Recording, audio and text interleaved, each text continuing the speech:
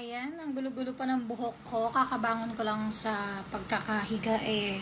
Pero dahil cloud chasing is life, makikisawsaw tayo sa issue ng sunscreen. Ayan, sa Suki sunscreen at kay Wear sunscreen. First of all, disclaimer, hindi ko pa na-try yung Suki sunscreen. So, I cannot speak for its performance and all that. Pero, gusto ko lang mag-comment sa nangyaring banggaan at hidwaan sa TikTok. But before that, ito yung mga na-try ko pa lang na products. So, ito yung pinakamahal among the four of them na na-try ko at binili talaga dito sa TikTok shop. So, ito yung Tokyo White.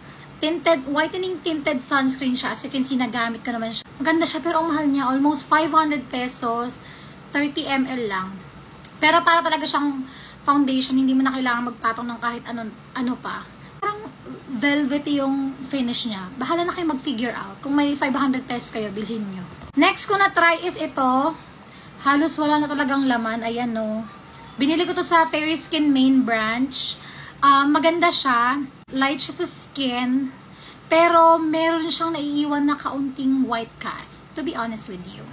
And then, itong Rix.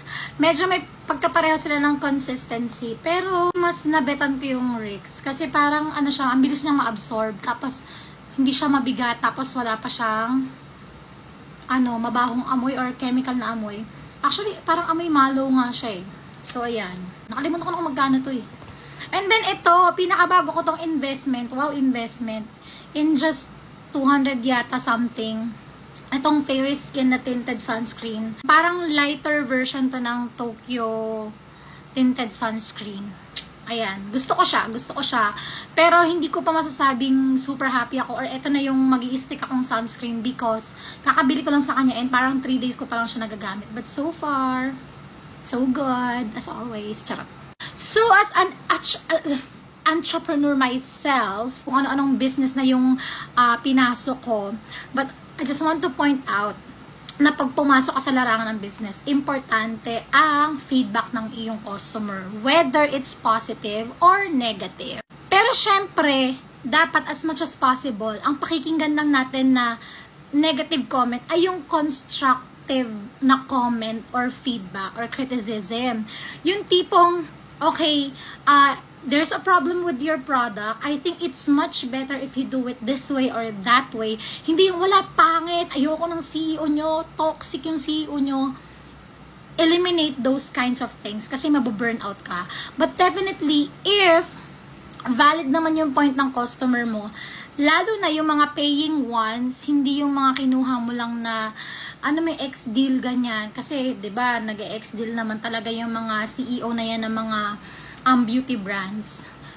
Dapat lang pakinggan mo sila kasi sila yung nag-i-invest sa product mo and sa kaduluhan naman ng journey mo as a product owner or CEO, ikaw naman yung magbe-benefit kapag na-improve yung product mo. Lalo na kung bago ko pa lang, parang kakarinig ko pa lang Suki sunscreen kasi ang mga matagal na talaga sa mga industry ng sunscreen, yan talaga sila Fairy Skin, sila Rix, even yung Brilliant. Pero parang ngayon ko pa lang narinig, ngayon pa lang naging maingay yung Suki sunscreen sa TikTok and ganito agad yung bungad. But of course, again, our skin is very unique. What works for me may not work for you, or whatever did not work for Wear sunscreen may work for you.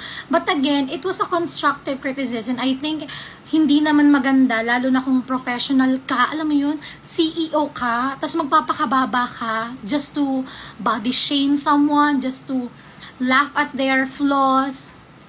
Pangit. Tapos ginagatungan pa ng mga empleyado. Imbis na, alam mo yun, wala ba sa inyong professional may isip na sabi na, actually, mas magandang ganito, wag na natin pag-usapan sa live. Kasi, very toxic. Pero kung marketing strategy yan, edi okay, nakakuha sila ng libreng marketing kasi ngayon pinag-uusapan na yung Suki sunscreen, but not in a good way.